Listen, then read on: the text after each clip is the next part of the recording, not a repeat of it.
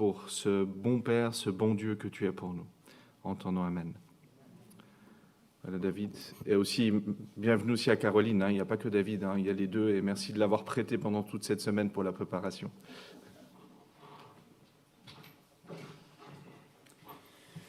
Merci André. Et bonjour à tous et à toutes, soit ici dans la salle ou soit par vidéo. Merci Ado pour cette présidence. On est encouragé de voir la qualité de nos stagiaires à l'Institut. Effectivement, je travaille à l'Institut et c'est un privilège. Merci pour vos prières aussi pour nous. C'est une année bien particulière, mais on a beaucoup de sujets de reconnaissance. La plupart de nos cours sont toujours en présentiel. Même là, dernièrement, on a de plus en plus de profs qui enseignent sur un écran par Zoom, mais on est toujours ensemble dans la salle de cours. Et puis, ce groupe Proverbes, cette chorale, n'a pas pu avoir lieu, bien sûr, cette année, mais on a encouragé les étudiants à s'engager dans les projets pratiques dans la région. Et on voit des choses encourageantes. Juste la semaine dernière, il y avait quelques étudiants qui se sont engagés dans un travail auprès des SDF, ici à Genève, et puis d'autres qui priaient pour elles au même temps. Et jeudi dernier, lors de la réunion de prière, elle a partagé que quelques personnes sont venues vers elle avec des questions spirituelles. Et ils ont pu prendre vraiment un temps de qualité en expliquant ce que la Bible enseigne, et ils étaient très encouragés par cela.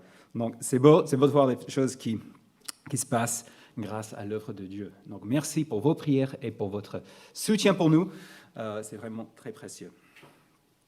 Alors pour le message aujourd'hui, je propose un texte dans l'épître aux Thessaloniciens. Alors si vous êtes dans un groupe de maison, on est dans 1 Thessaloniciens, et j'ai piqué le texte même pour cette semaine. Donc j'espère que je ne vais pas donner toutes les réponses. Je n'ai même pas vu les questions que Jonathan va nous poser. Mais j'espère qu'on va être bien déjà dans le contexte pour cette semaine. Si vous n'êtes pas dans un groupe de maison, aucun souci. Vous pouvez vous adresser à un des anciens si vous voulez plus d'infos par rapport les groupes de maison. Mais regardons ensemble 1 Thessaloniciens chapitre 4, versets 13 à 18. Et c'est un beau passage qui prolonge la réflexion déjà de la semaine dernière et la célébration de Pâques. 1 Thessaloniciens chapitre 4, versets 13 au 18. Et je lis. « Nous ne voulons pas, frères et sœurs, que vous soyez dans l'ignorance au sujet de ceux qui sont morts, afin que vous ne soyez pas dans la tristesse comme les autres qui n'ont pas d'espérance. En effet, si nous croyons que Jésus est mort et qu'il est ressuscité, nous croyons aussi que Dieu ramènera par Jésus et avec lui ceux qui sont morts. Voici ce que nous vous déclarons d'après la parole du Seigneur. Nous les vivons. Restez pour le retour du Seigneur. Nous ne dévancerons pas ceux qui sont morts. En effet, le Seigneur lui-même a un signal donné à la voix d'un archange et au son de la trompette de Dieu descendra du ciel. Et ceux qui sont morts en Christ ressusciteront d'abord. Ensuite, nous qui serons encore en vie, nous serons tous ensemble enlevés avec eux sur les nuées à la rencontre du Seigneur dans les airs. Et ainsi, nous serons toujours avec le Seigneur. Encouragez-vous donc les uns les autres par ces paroles. Il y a un livre qui s'appelle Factfulness, même titre qui a été traduit en français, de Hans Rosling, qui était publié en 2018. Et en 2018, je l'ai acheté, je l'ai lu. En fait, c'est un livre qui présente les différents défis dans le monde aujourd'hui, et il fait le constat que souvent dans les médias, il y a une perspective assez négative, mais dans les faits, souvent, on voit beaucoup de progrès. Donc, c'est très intéressant comme livre. Et après, vers la fin, il aborde la question, mais est-ce qu'il y a des menaces pour la société aujourd'hui ? Peut-être auxquelles on est moins sensible. Et il donne une liste. Vous savez quoi, c'est le premier point, la première menace ? La possibilité d'une pandémie globale, mondiale. 2018. Et je me souviens, en fait, quand je lisais le livre, je me suis dit, une pandémie mondiale, non, je ne pense pas. quand même, Ebola, c'est bien géré, ça fait presque 100 ans. Je pense qu'il exagère un peu. Je veux dire, c'est intéressant, il y a quelques mois, j'ai feuilleté de nouveau le livre et je suis tombé sur le même paragraphe et je dis, tiens, je lis ça différemment aujourd'hui. Qui aurait cru, hein? Qui aurait cru que je suis en train de prêcher avec un masque? Je n'aurais jamais cru. Et cette situation qui est bien compliquée, vous savez quoi? En 2018, je n'avais pas ça en tête. En fait, j'avais une certaine image de l'avenir qui ne saisissait pas la réalité des choses qui allaient arriver. Et vous savez quoi? La Bible nous donne plusieurs choses dans l'avenir qui sont importantes. Et c'est facile pour nous de minimiser leur réalité. Et ce texte est intéressant parce qu'il aborde deux choses importantes. D'une part, une chose, c'est la mort.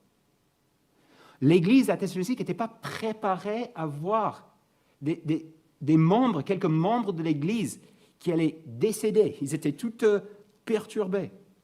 La mort, d'une part, et puis d'autre part, le retour de notre roi, le retour de Jésus. Et du coup, dans ce texte, j'aimerais bien regarder avec vous ces deux choses. D'abord, de réfléchir au pouvoir de la mort sur nous, pouvoir potentiel, et dans un deuxième temps, le fait que notre roi revient. Du coup, regardons à ce premier point, il faut qu'on plonge un peu dans l'histoire. J'espère que vous avez le texte devant vous. Vous voyez dans le verset 13, « Nous ne voulons pas, frères et sœurs, que vous soyez dans l'ignorance au sujet de ceux qui sont morts, afin que vous ne soyez pas dans la tristesse comme les autres, qui n'ont pas d'espérance. » Alors c'est intéressant ici parce que l'Église connaissait bien les fondements de la foi. En fait, on voit déjà dans le chapitre 1, si vous avez déjà creusé ça dans le groupe de maison, le peuple, Paul dit, « Vous êtes tournés vers Dieu en abandonnant les idoles pour servir le Dieu vivant et vrai et pour atteindre du ciel son Fils qu'il a ressuscité, Jésus. » Donc l'Église savait, ok, ils avaient appris cette belle histoire, qu'il y a un seul Dieu créateur. Et ce Dieu est venu dans la personne de Jésus. Et ce Jésus est le vrai roi, il a ressuscité. Très bien, les bases. Ils connaissaient. Mais après, qu'est-ce qui arrive? Il y avait quelques personnes dans l'assemblée qui sont mortes, qui décèdent. Et d'un coup, confrontés avec la réalité vraiment de la mort, ils vivaient une terrible tristesse. En fait, on estime que ils n'ont pas mis en doute le fait que Dieu pouvait ressusciter les morts, mais ils pensaient que si on décède avant le retour de Jésus, on va louper quelque chose.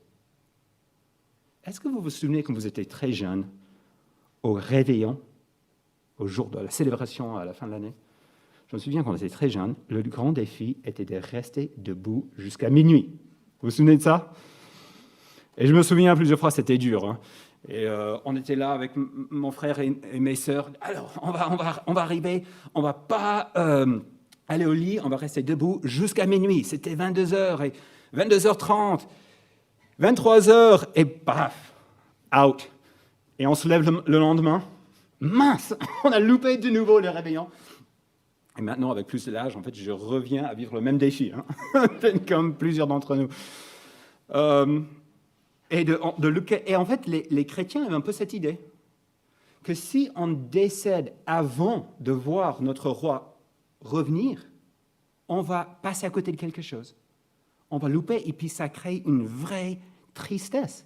Et c'est pour ça que l'apôtre Paul répond dans le verset 13, « Je ne veux pas que vous soyez dans la tristesse comme les autres qui n'ont pas d'espérance. » Parce que c'est intéressant, il y a deux types de tristesse. Alors la Bible est claire. Lorsqu'on voit un frère ou quelqu'un qui décède, c'est quelque chose de triste. On a vécu ça dans l'église, avec Roland. Jésus a pleuré devant son ami Lazare. Paul lui dit de pleurer avec ceux qui pleurent. La tristesse a sa place, mais c'est différent qu'une tristesse sans espérance. Ma sœur, elle est missionnaire avec la CIM en Afrique. Et je me souviens quand on était plus jeune, Et elle devrait partir. Elle revenait pendant quelques mois, et puis elle est repartie. On l'accompagnait à l'aéroport. C'est toujours un moment triste. On le voyait, on attendait jusqu'à la sécurité, et puis on ne pouvait plus la voir. On savait, on était triste, on savait que ce serait un long moment avant qu'elle ne revienne. Alors, il y a une certaine tristesse comme ça, mais si on a appris le soir même que l'avion s'était écrasé, ce sera toute une autre type de tristesse. On est d'accord? Qui n'est pas le cas, hein, ça, pas jamais, ma sœur, elle va bien en Afrique. Il y a deux formes de tristesse, et ces chrétiens, au lieu de vivre une tristesse encadrée par l'espérance, ils vivaient une tristesse trop profonde. Et avec trop de poids, et Paul vient dire non, vous n'êtes pas appelés à vivre une tristesse comme ça, comme ceux qui n'ont pas d'espérance. En dessous de notre tristesse, il y a une vraie espérance. Alors, et je pense pour nous, peut-être aujourd'hui, on a moins ce problème d'être un peu de manquer les détails par rapport à comment Jésus va revenir et comment on va partager ensemble ce moment de joie. Parce que d'ailleurs, Paul va l'expliquer dans les versets qui suivent. Mais est-ce qu'il est quand même possible de vivre une vie aujourd'hui en tant que chrétien où, comme les Thessaloniciens, on dit oui, je signe, je suis d'accord que Dieu est Dieu créateur, il peut ressusciter les morts, etc. Mais vraiment, dans nos vies et dans nos choix, on donne trop de poids aux réalités devant nous. Le décès de quelqu'un ou d'autres choses. Et nos vies ne sont pas marquées profondément par une espérance qui va au-delà de la mort.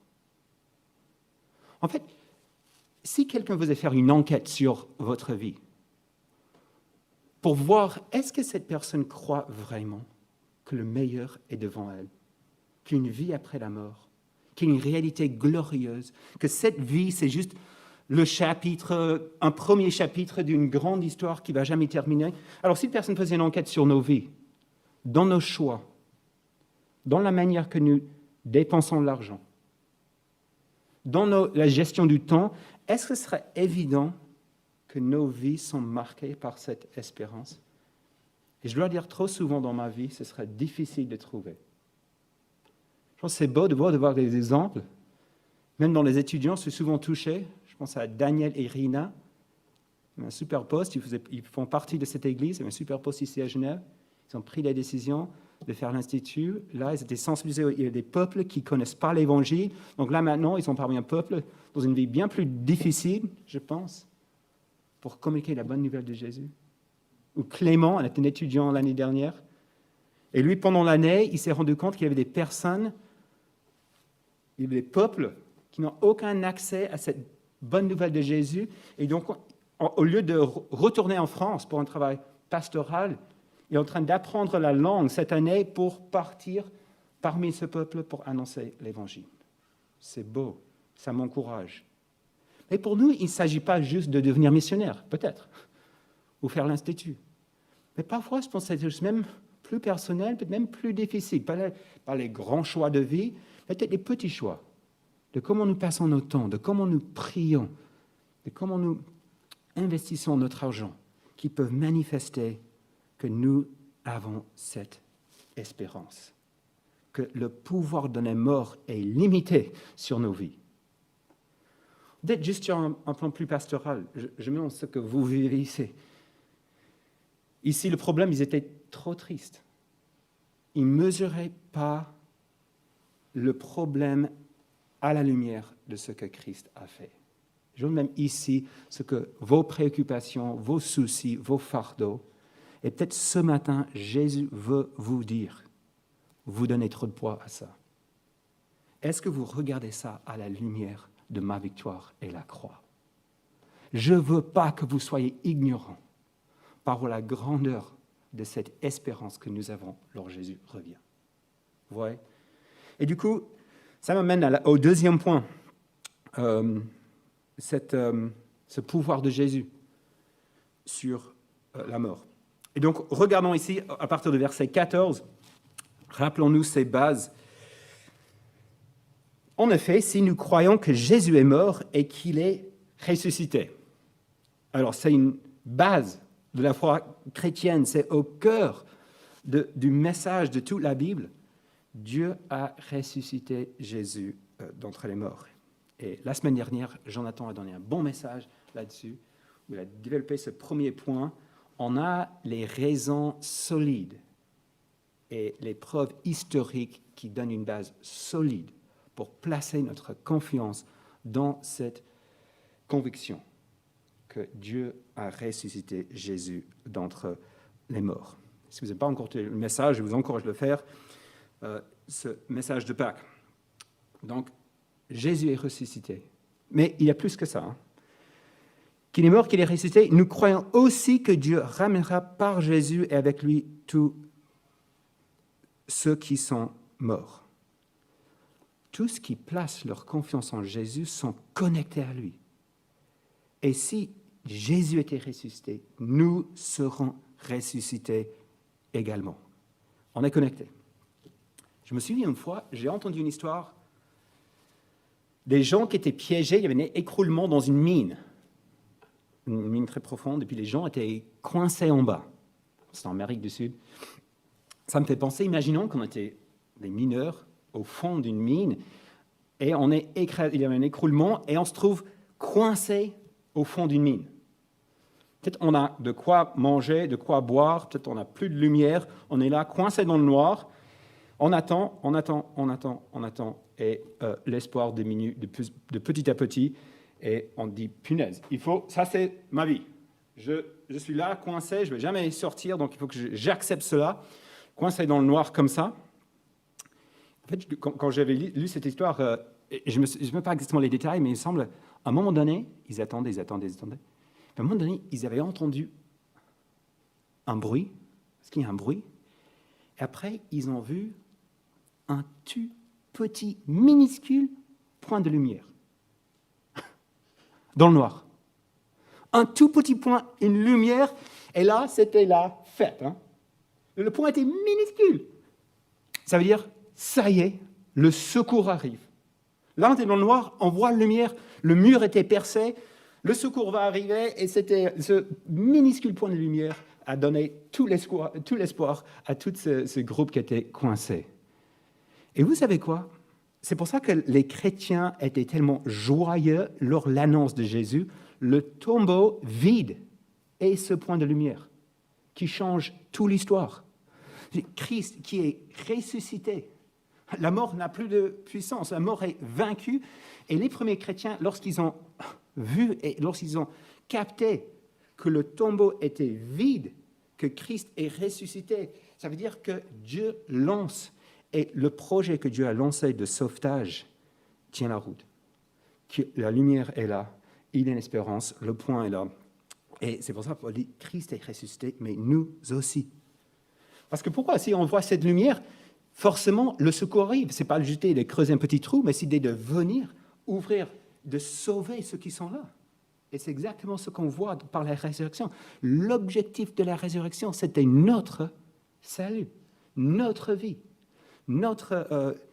de résurrection avec lui. Et du coup, nous serons aussi ressuscités avec lui, tous qui ont placé leur foi en Christ. Mais peut-être, on voit encore une dernière chose ici. La mort ne diminue rien de la célébration ensemble lors du retour de Jésus. Vous voyez, c'est dans le verset 15. « Voici ce que nous vous déclarons d'après la parole du Seigneur. Après la parole du Seigneur, nous les vivants, restés pour le retour du Seigneur, nous ne dévancerons pas ceux qui sont morts. » Et du coup, on a cette espérance, le moment où Jésus revient. Et là, on a le passage avec plus de détails, je pense, dans toute la Bible, du moment même lorsque Jésus revient. Verset 16. « En effet, le Seigneur lui-même, un signal donné à la voix d'un archange, et au son de la trompette de Dieu, descendra du ciel, et ceux qui sont morts en Christ ressusciteront d'abord. » Vous voyez, Dieu va donner le signal. En fait, il a déjà percé le trou entre le ciel et la terre. Christ est déjà ressuscité, mais il attend le projet réalisé de fond, de rétablir, de ressusciter les morts, n'est pas encore arrivé parce que Dieu attend afin qu'un maximum de personnes puissent être inclus dans ce groupe. Donc, il n'a pas fait tout de suite. dans sa patience. Il a attendu jusqu'à aujourd'hui, il attend toujours, en train de rassembler ce groupe de personnes qui placent leur confiance en lui, mais le moment va venir. Et Dieu va donner le signal, OK, go. J'ai lancé le projet par mon fils, et maintenant, je vais l'accomplir. Et la trompette va sonner. Et ce n'est pas juste, Dieu aime bien la musique, il va sonner, il va jouer un peu la musique sur une trompette. C'était un signal souvent de guerre ou militaire. C'est-à-dire, maintenant, go, on lance le projet. Et quand Dieu lui-même lance un projet, il a les capacités de le bien faire. Et parfois, la trompette va sonner, les morts ressusciteront. Ça peut nous sembler un peu étrange, hein? C'est peut-être pas quelque chose que vous pensez souvent. Mais si Dieu est le Dieu créateur, s'il a créé tout ce qu'on voit déjà maintenant, s'il donne déjà la vie, quand même extraordinaire, la nature, la création, tout ce que Dieu a fait, et si on met ça dans le contexte de la grande histoire de la Bible, où Dieu a tout créé par sa parole, il a donné le signal en Genèse 1 que la lumière soit, et la lumière fut. Si c'est le même Dieu, il peut le faire de nouveau, et il peut ressusciter les morts. Il l'a déjà fait avec Jésus, et il peut nous rassembler avec lui. Ça va venir. Et du coup, ceux qui sont morts vont rien louper. Ceux qui sont morts vont ressusciteront d'abord. Ensuite, nous qui serons encore en vie, nous serons tous ensemble enlevés avec eux sur les nuées à la rencontre du Seigneur. Alors, j'ai appris quelque chose cette semaine en creusant ce texte. Vous voyez ce mot « enlever » ? Nous serons tous ensemble enlevés. En fait, souvent, apparemment, selon les commentateurs, à l'époque, ce mot était utilisé pour décrire le fait que la mort enlève toute bonne chose et tout espoir. On peut le comprendre, non ? On vit beaucoup de choses, et face à la mort, même aujourd'hui, les gens qui ne sont pas chrétiens, souvent, ils sont honnêtes par rapport à ça. Face à la mort, nos vies ne valent pas grand-chose. On est la poussière cosmique et le sens dans nos vies est assez éphémère. La mort enlève, la mort est puissante. Et on estime que peut-être Paul a choisi ce mot pour remarquer un contraste. Ce n'est pas la mort qui enlève toutes les bonnes choses de la vie, c'est Jésus qui enlève le pouvoir de la mort. C'est Jésus qui va ressusciter et nous enlever avec lui. Et tout qui pourrait nous séparer de cette fête et cette joie avec lui est peu de choses pour lui et nous serons enlevés avec lui. Alors, je sais qu'il y a aussi un grand débat par rapport à ce mot et le timing. Alors, si le peuple de Dieu qui est là, on est enlevé, est-ce qu'on va aller au ciel tout de suite? Est-ce qu'on va être avec Jésus et redescendre pour régner sur la terre? Il y a des débats et c'est des questions importantes et on peut en discuter après. Mais je trouve intéressant comment Paul décrit le ciel dans ce passage. Vous voyez verset 17. Et aussi, nous serons toujours avec le Seigneur. Voilà le ciel pour Paul. D'être avec Jésus, d'être ensemble dans la présence physique et réelle de notre Seigneur. Et il y a plusieurs possibilités où exact, comment la chronologie de la fin des temps est vue et présentée dans la Bible, mais je ne veux pas louper l'essentiel ici. Et nous serons toujours avec le Seigneur. Est-ce que nous avons cette espérance? Est-ce que vous savez à quel point Dieu va nous enlever de la puissance de la mort et toutes les choses qui peuvent nous plomber dans cette tristesse comme ceux qui n'ont pas d'espérance? Et au lieu, il est puissant et il va revenir. Du coup, comme moi, en 2010, j'ai lu ce livre de Factfulness et j'ai dit, non, pandémie mondiale, je n'y crois pas trop, intéressant comme réflexion. Vous savez, maintenant, nous avons ce privilège que Jésus nous a dit déjà. Il revient, la mort est puissante, la mort pour nous secouer, de voir les dégâts, de voir ce que ça peut faire. On a des craintes légitimes qui essayent de de nous secouer dans nos vies. Et même dans cette année, on vit une pandémie, on vit des situations, une crise économique. Quelqu'un dit que tu vois les étoiles mieux quand la nuit fait bien noir. Et je pense, quel privilège pour nous d'être chrétiens aujourd'hui. La nuit est peut-être assez sombre, on a des difficultés dans ce monde. Et Christ est ressuscité. Nous, si vous avez placé votre confiance en lui, vous êtes connectés à lui et à sa victoire. Le destin est sûr et Jésus revient. Et quelle espérance! Et je pense que ce matin, je veux vous encourager. Je veux suivre l'exhortation de Paul à la fin. Donc, encouragez-vous les uns les autres par ces paroles. Est-ce que vous avez cette espérance? Est-ce que vous êtes encouragés en réfléchissant à votre avenir? Et peut-être que ce n'est pas le cas. Peut-être que vous n'avez jamais vraiment placé votre confiance en Christ et dans son œuvre pour vous. Vous savez pourquoi c'est tellement une grande espérance de savoir, moi, un jour, moi, David, je vais être avec mon Seigneur. C'est parce que j'ai appris à le connaître à travers ce qu'il a fait pour moi. Il est venu vers moi. Il est mort à la croix pour moi, il y a 2000 ans. Il a pris mon péché, il a pris mes fautes, m'a regardé avec miséricorde, avec compassion. Je suis pardonné parce que j'ai placé ma confiance en lui. Et maintenant, il est ressuscité pour moi et pour vous, pour toi. Et c'est une invitation aujourd'hui de regarder quelle est votre espérance. Est-ce que vous êtes terrassé devant la mort? Est-ce que c'est juste la mort, ça vous perturbe tellement que la mort révèle que votre espérance est très faible, qui est le cas avec beaucoup. Beaucoup, on donne l'impression fort, on a beaucoup de technologie, on a beaucoup d'argent, mais confronté à la mort, on est fragile et faible. Ou plutôt, comme ces chrétiens thessaloniques, après cet encouragement de Paul, de dire non, non, en Christ, nous avons une assurance qui est sûre, et la mort ne nous secoue pas, la tristesse est là, mais nous ne sommes pas appelés à vivre la tristesse comme ceux qui n'ont pas d'espérance. Nous avons une espérance, et nous pouvons vivre. Et peut-être devant nous, on a des petites choses, même cette semaine, des situations peut-être difficiles, les engagements à faire, et nous pouvons les confronter avec cette conviction. Prions. Seigneur, merci pour qui tu es envers nous. Merci pour Christ qui est venu percer ce mur tellement épais entre ta présence au ciel et nous. Et Seigneur, merci pour cette bonne nouvelle. Il est ressuscité. Et nous attendons maintenant son retour et l'accomplissement. Oh Seigneur, aide-nous à vivre fidèlement. Vivre avec cette espérance, par nos choix, par nos engagements, par notre attitude.